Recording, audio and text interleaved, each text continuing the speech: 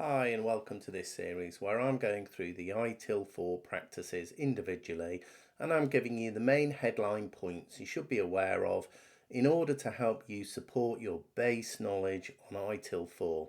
I'll also discuss some of my real world applications of these practices in the various organisations I've worked in. Don't forget to subscribe to my channel, like and click the bell to get those updates. Okay, so let's get to it. Today I'm going to be covering off service design, which is from the service management practice. I'm also going to be discussing a tiny bit about UX and CX and design thinking. So as a reminder, what is a practice? Practice is a set of organisational resources designed for performing work or for accomplishing an objective. The emphasis and the focus on practices is moving into the organisation, into the company, in order to provide and implement specific processes that are going to work in their specific organisation.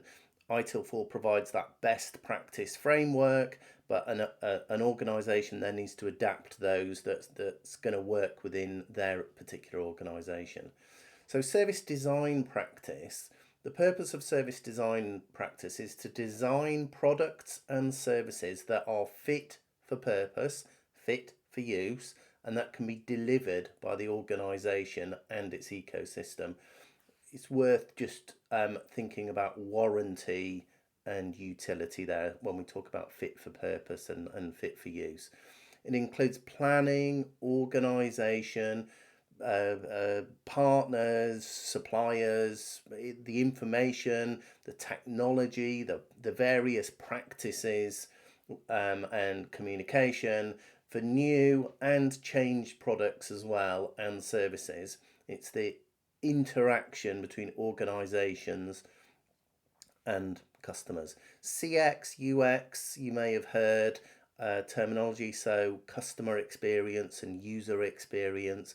CX design is focused on the management of every aspect of your customer's experience. That could be the effectiveness, it could be the reliability, it could be the quality, could be their time, could be cost.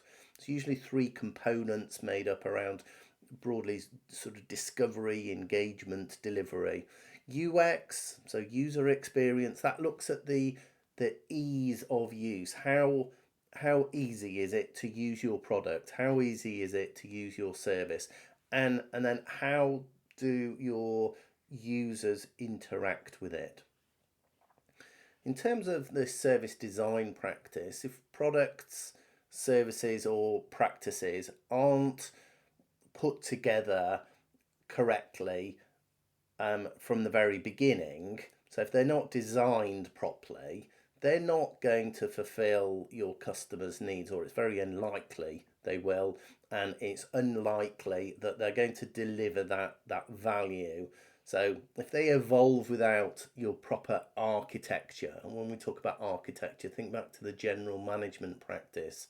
If they're not evolving with the right type of architecture, with the right interfaces, without the right controls, it's really unlikely it's going to deliver on the overall holistic vision of what it's trying to do.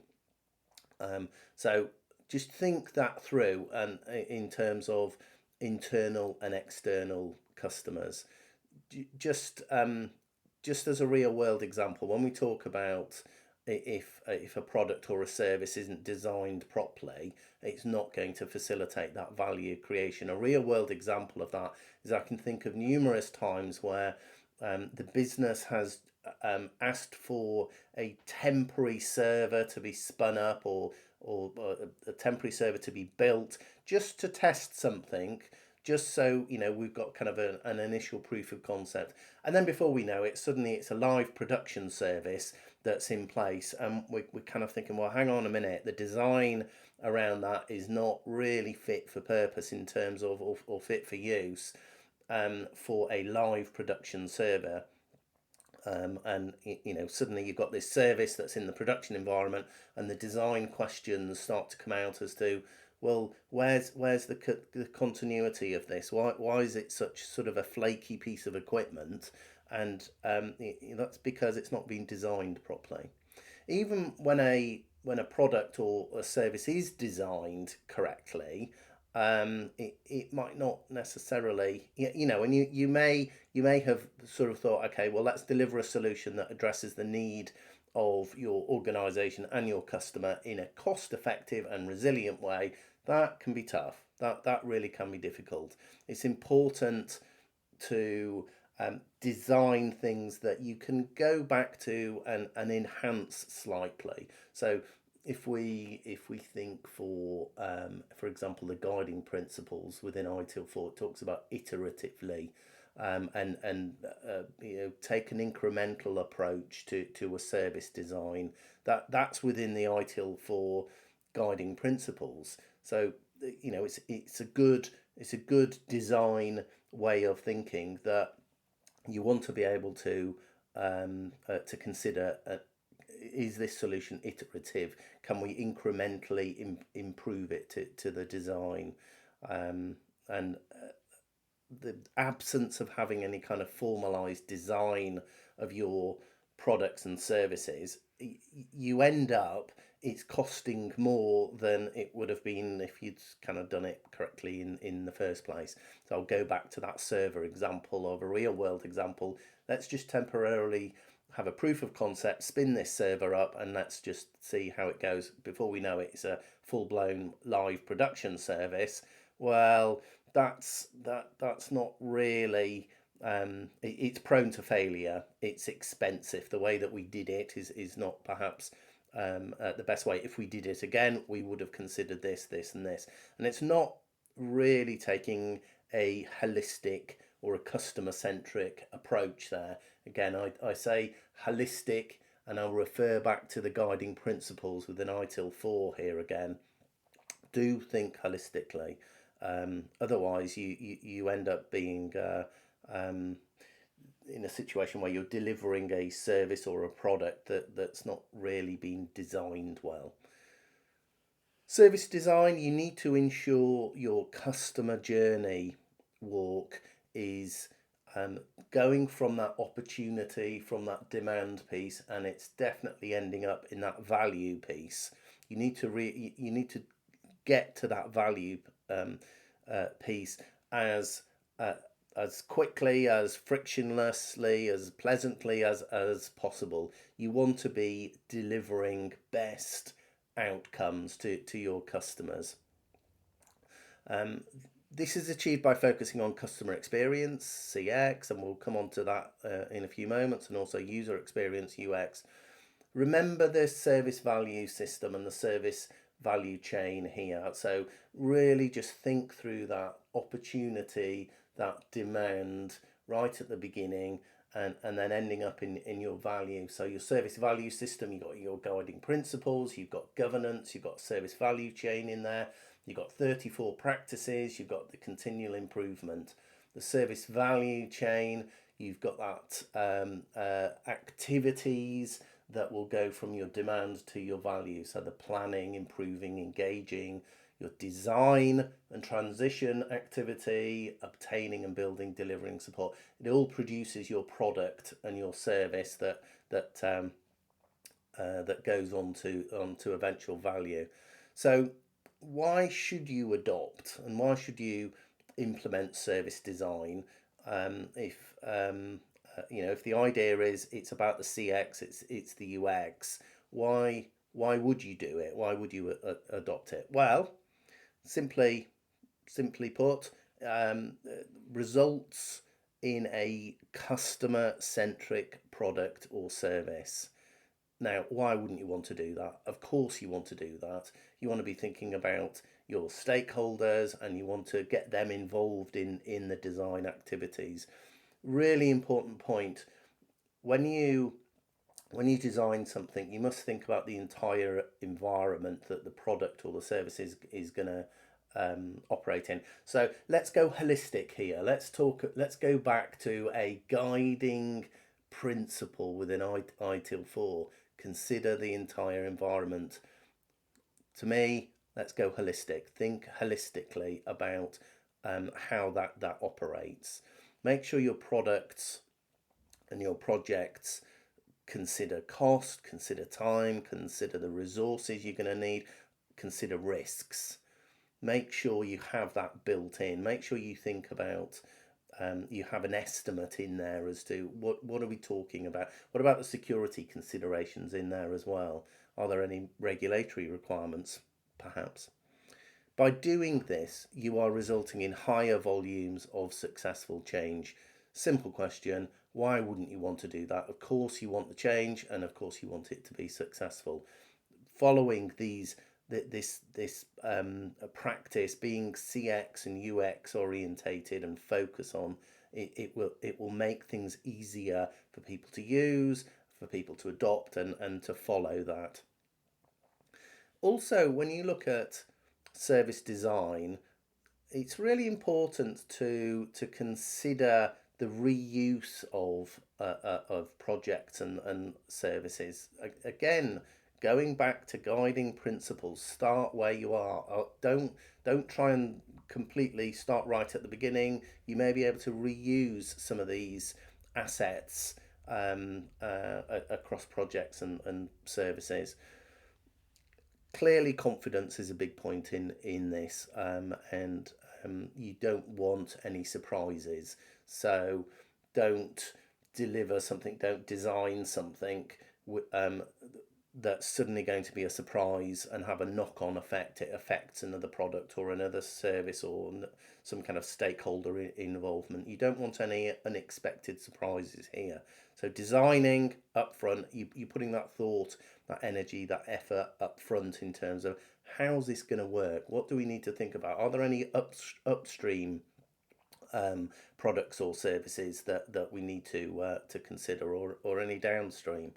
And then absolutely ensure new or changed products and services will be maintainable and cost effective. Again, why wouldn't you want to do that? I'll just do another nod back to the holistic approach here, that it's really important you take a holistic approach, a results driven approach to service design. Make sure you are coordinating the various aspects within the whole organization's service value system. What's the service value system? It's your guiding principles, your governance, your service value chain, your practices, your continual improvement, all delivering that value. When you design and develop a product or a service, you really don't want to be doing that in isolation. No service, no product is an island. You need to consider the bigger picture, the holistic approach here. What are the products and services upstream and downstream are going to affect by this new product or service or this change? What about third parties? What about vendors? What about service providers? What about service integrators? What about other stakeholders? Take that end to end, that holistic approach. Look at the architecture, look at the technology that you need. What about the various practices? So if we specifically look at service management practices, there's 17 service management practices to consider in there. What about some of those general management practices, perhaps some of those technical management practices as well? You've got 34 practices in the service management practice, there's 17 of those. What about measurement? What about reporting? What about the metrics? Don't just look at it in isolation. You need to think about functional and non-functional and operational elements in there. Don't add them in as we must we must think about that. And then sadly, as with most products and services, there comes a point where they need to be decommissioned, they need to be sunsetted, sundowned, retired, whatever terminology you want to use. But the retirement of a product or a service needs careful planning, needs thinking through. You don't want any unexpected surprises on a customer or an organization. Not every change or enhancement or design needs the same level of activity. You're going to have small ones, you're going to have medium ones, you're going to have big ones, you're going to have highly complex one, but they all need an element of design work. Don't fall into the trap of saying this is just such a small thing, we don't need to plan, we don't need to think it through. That's a big mistake. It's really critical that everyone is clear and working to the same criteria on this. So service design supports products and services that are business and customer orientated, they're focused, they're driven, and they're cost effective. You need to make sure that they are meeting the information and physical security requirements. They may be different in different organizations. You may have internal customers, you may have external customers. You want to be making sure you've got your flexibility, adaptability, fit for purpose in there, fit for use. Think warranty, think utility. Like most things, there's always a level of volume, and there's a level of change you need to be considering in there. Make sure you've got the right demand for continuous operation. Also, risk. Think about risk. Now, we have a risk practice within the general management practice, and I've done a video about that. But make sure you don't forget about risk. What do we need to know? What are the risks? Is there anything we can do to minimise those? A quick talk through around design thinking. So designers work through processes, and that they can extract, they can teach, they can apply human-centric techniques to solve problems, typically in a creative and a innovative way. And that can be within a business, it can be within a particular country, or it can be a specific individuals.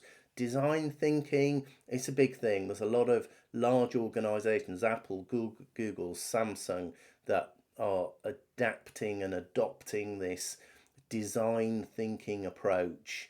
And also in a number of leading universities as well. Design thinking, Harvard, MIT, they're starting to look at design thinking, teaching design thinking approaches. It's basically an iterative approach in which a way we like to understand and challenge assumptions. So look at a problem and then redefine it. Why?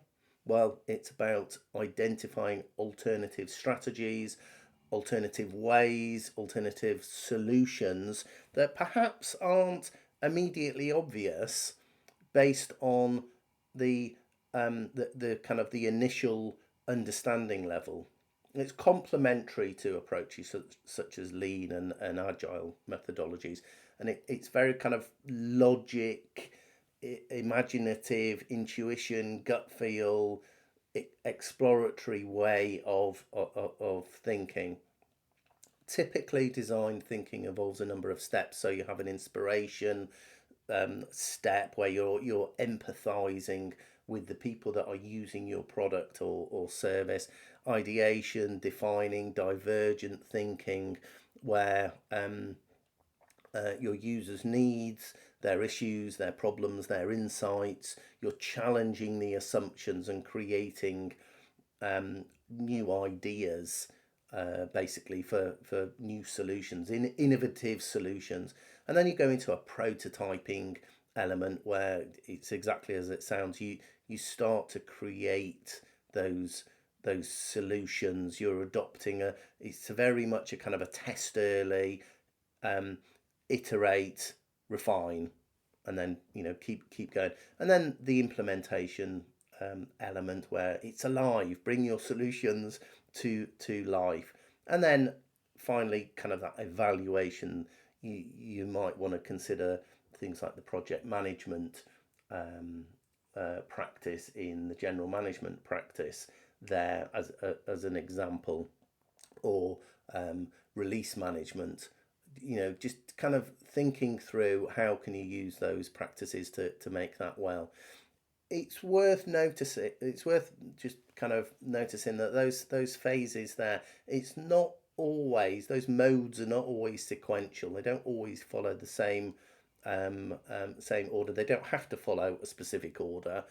Some occur in parallel. Some repeats iteratively. So it's not kind of a hierarchy where step one is the empathizing stage, and the last stage is the evaluation.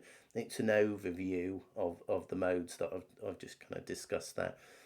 Design thinking, that's a constant balancing act. You're looking at different aspects, different perspectives. You've got your customer perspective, the technology perspective, the organization's perspective, the partner's perspective, your suppliers' perspective.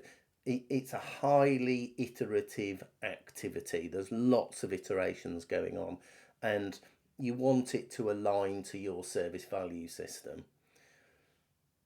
Good point here really around design thinking is you should see design thinking as a key enabler of digital transformation. It's really kind of important that you're kind of thinking through that in terms of a digital transformation activity. Finally, I'm just going to talk around the lean user experience. So lean UX, it's more of a it's a mindset. It's a way of doing things. It's typically embedded in an organization as their culture. It's a process that takes the lean agile method. Core objective really is around obtaining feedback, lots and lots of feedback, and as quickly as you can, mainly so you can then make quick decisions. But the core objective is focusing on obtaining feedback as early as possible, so you can then use that information to make decisions, really importantly, quickly. So a typical question from a lean UX would say, who are our customers of this product and what are they using it for? When are they using it? What sort of circumstances are they using it? What's the most important bit for them? What's the most the functionality? What are the biggest concerns? And then finally, if I just end on the service value chain, so in terms of the activities, main emphasis is going to be around design and transition, as you might imagine, and obtain. Like a lot of the practices, it's involved. The practice is involved in all elements of planning, improving, engaging, designing, transitioning, obtaining, building, delivering support, but particular nod and particular emphasis around your design and transition and obtain and build, as you might imagine. Thanks for listening. Please subscribe to the channel. I'll continue to post videos and information around ITIL4. Thank you.